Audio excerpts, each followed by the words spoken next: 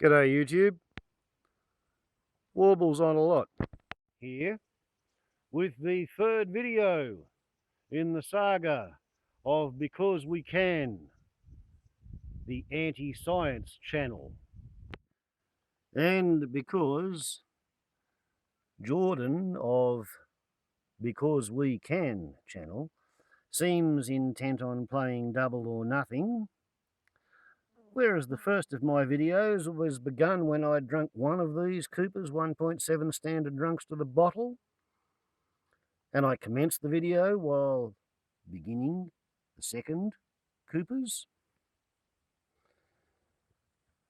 Today, I think, after starting with a preload of 2, we will begin Coopers number 3, 1.7 standard drunks to the bottle, 5.8% alcohol.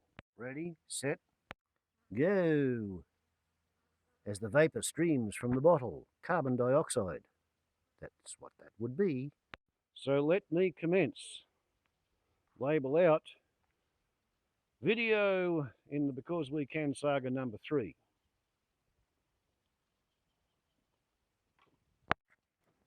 Yes, yes, you can have a biscuit.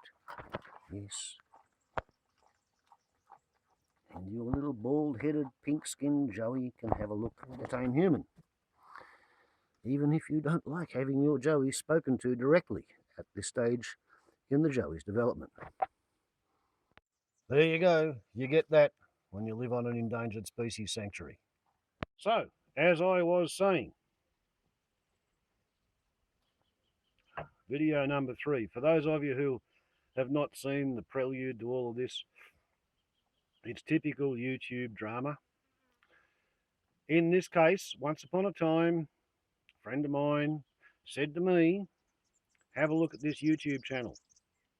Really good YouTube channel. Young fella making science videos. Don't often get smart young Americans making science videos. At about the same time, same person said to me, have a look at this channel. Young American. She's really smart. So I subscribed to both those 2 channels. Okay, she's older than he is, I think, if that's not a rude thing to say about a woman's age. But anyway, both these 2 young American YouTubers have had an identical experience of me appearing on their threads and making oddball comments. And one of them, that's the lady, Steinquistel a nerd, I salute you. I do it with my right hand, but my right hand's holding the camera.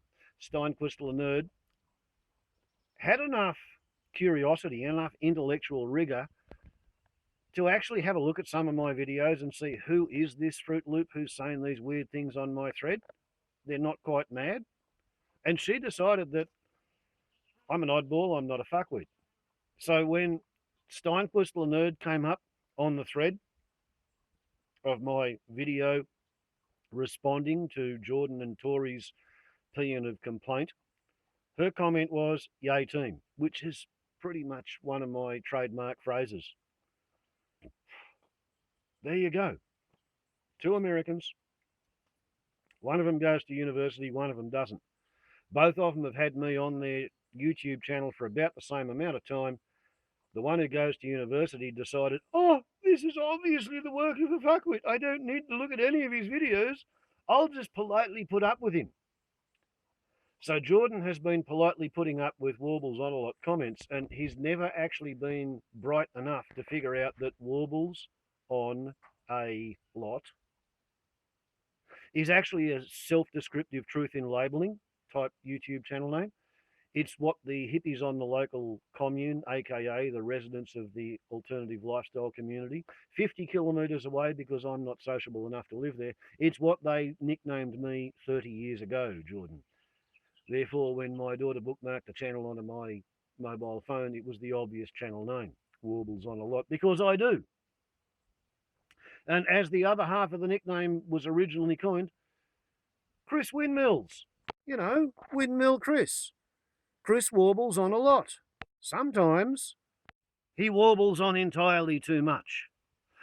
That's what Chris warbles on a lot means, okay? If you really want to savour the full flavour of it. I don't live on the hippie commune where I got that nickname. I'm not a part of the local Aboriginal community, but 3 years ago I learnt that the local Aboriginal community has given me a name. My local Aboriginal name is Avachat. Okay? How many people can say they've been given names by two separate fringe-dwelling communities, the Australian Aborigines and the hippies on the outside edge of a country town? I'm pretty pleased with that, pretty proud of it. I would have thought that anybody who was going to a university would be bright enough to figure that one out. I would also think that anybody who goes to a university to study chemistry would have some understanding of the basics of scientific method. I would have thought that anybody who understands scientific method would understand that if you make claims, you must have evidence. If you make extraordinary claims, you must have extraordinary evidence. When I first started attempting to use the YouTube for peer review so that I could float the claim worldwide that putting a 30-watt solar panel on the roof of a four-wheel drive Subaru could make the vehicle itself 33.25% more fuel efficiency, changing its fuel burn from 8 kilometres per litre to 10.66 kilometres per litre on the same roads at the same loads at the same speeds. I had to come up with extraordinary evidence if I expected anybody to pay any attention to those claims. So where's the evidence, Jordan? Where's the evidence for my extraordinary claims? Well, you see, before I started, I had fuel burn evidence dating back to 2003. I was able to send colour photocopies of my fuel burn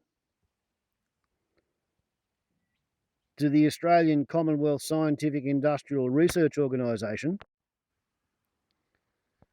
after I'd done years of monitoring. I allowed anybody who wanted to quibble to examine all of my data. It's what you just saw, the Mark III sunfoil. Because I know that if you want to make a claim as a scientist, you have to keep notes, okay?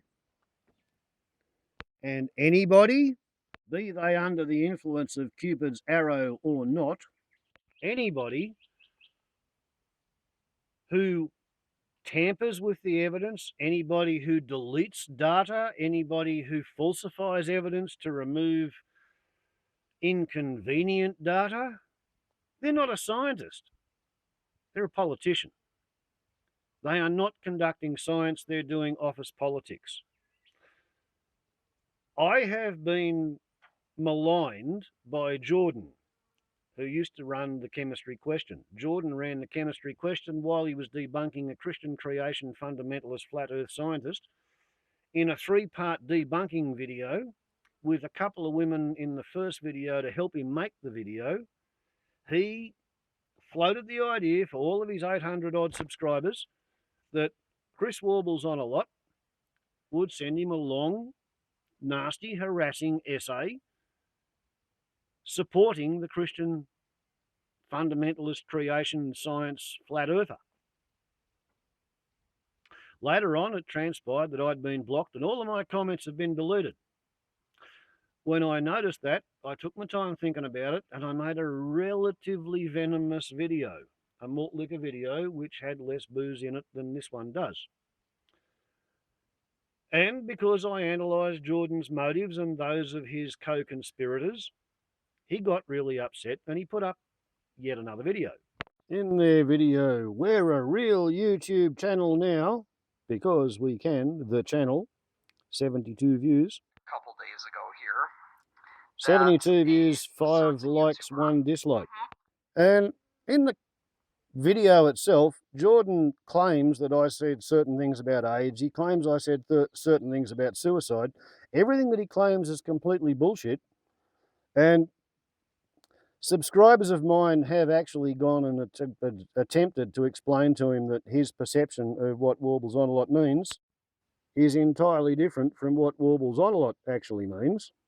And sad to say, Jordan is arguing for his position. He's entrenching himself. He's even decided to escalate it, to up the ante. Jordan is claiming now that I, warbles on a lot, am an anti-natalist. He says that I am advocating total abstinence for all humanity for 100 years so that everybody will die and then there'll be no AIDS. This is after he claimed that I accused him of sexually abusing his friend who tried to commit suicide, when I merely explained to him the statistics, which are proved, published, peer-reviewed, reported in the Australian Medical Association Journal, to the effect that survivors of child sexual assault go on to demonstrate 18 times the death rate from suicide, 48 times the death rate from accidental drug overdose, and the deaths cluster 18 years after the abusive event. Jordan took that to mean that I was somehow accusing him of sexually abusing his friend who tried to commit suicide. Okay, Jordan, good luck with that. I wrote to the Australian New South Wales Government Attorney General and explained those figures to the Government Attorney General, suggesting that an automatic attempted murder charge be added on to every child sexual assault charge. The reply came back saying they couldn't do that because they couldn't prove intent. And then about a year and a half later, they raised the minimum mandatory sentence for raping a child under 9 to 25 years, which is life in Australia, which is the maximum sentence you can get for murder. So they didn't add a murder charge, they just made raping a child under 9 have the same head sentence as murder. Delusions of grandeur, ideas of reference. Did I do that? Was I but a tiny little brick in the wall of evidence that caused the government to change the legislation? I don't know. I'm bloody glad I wrote the letter, though. Jordan also made his little claims and assertions about AIDS. What I actually said was that when I was a student nurse at Repatriation General Hospital Concord from 1980 to 1984, I knew a lot of male homosexuals, and they were all pretty promiscuous. And they're mostly dead, particularly the promiscuous ones. 50% of the nursing staff was male, 50% of the nursing staff was homosexual. And they died not because they were homosexuals, they died because they were promiscuous, because promiscuity is what causes the spread of all sexually transmitted infections, from chlamydia, genital warts, herpes, syphilis, gonorrhea, pregnancy even. People consider that a sexually transmitted disease. Toxoplasmosis is a sexually transmitted disease because a man with toxoplasmosis, having offspring, 60% of his offspring are born with toxoplasmosis. There's a lot of sexually transmitted diseases, Jordan, and all of them are pretty much cured if people are educated before the hormones kick in about human reproduction, and they choose to remain celibate until they cross-vow monogamy with some other person. This is not what the American fundamental Christian creationists have done with their abstinence method, which is the pseudo-evidence that Jordan likes to claim or to cite when he claims that, quote, abstinence doesn't work. No, Jordan, it's not abstinence that doesn't work, it's ignorance that doesn't work. American Christian fundamental ignorance is just like Scottish Presbyterian fundamental ignorance. If you try measuring that against Swedish education, 500 hours between kindergarten and the end of high school on human reproduction, yeah, that's how to cut your AIDS rates. Not by selling condoms and teaching kids to put them on bananas. And you see, I know about that, Jordan, because I read New Scientist magazine, and nothing is published in New Scientist magazine unless it's already been peer-reviewed first or written by somebody who holds a degree in the appropriate field. You, Jordan, are not a scientist arsehole. You need to stop right now, quit school, go and get a job flipping hamburgers, mate. Pumping petrol, perhaps. Did you get that? Quit chemistry school, Jordan. Because to be a chemist, you've got to be into science. To be into science, you have to respect the data, and you do not respect the data, Jordan. You're a fraud. Jordan, if you were a scientist bootlace, you would have checked to see who you were talking to. You need to get the hell out of university and the whole academic scene before you do something to yourself like cold fusion. making pluripotent stem cells by taking cord blood stem cells and immersing them in citric acid, or the whole fucking Volkswagen bullshit fine-tune scandal. Warbles on a lot to YouTube. Ciao.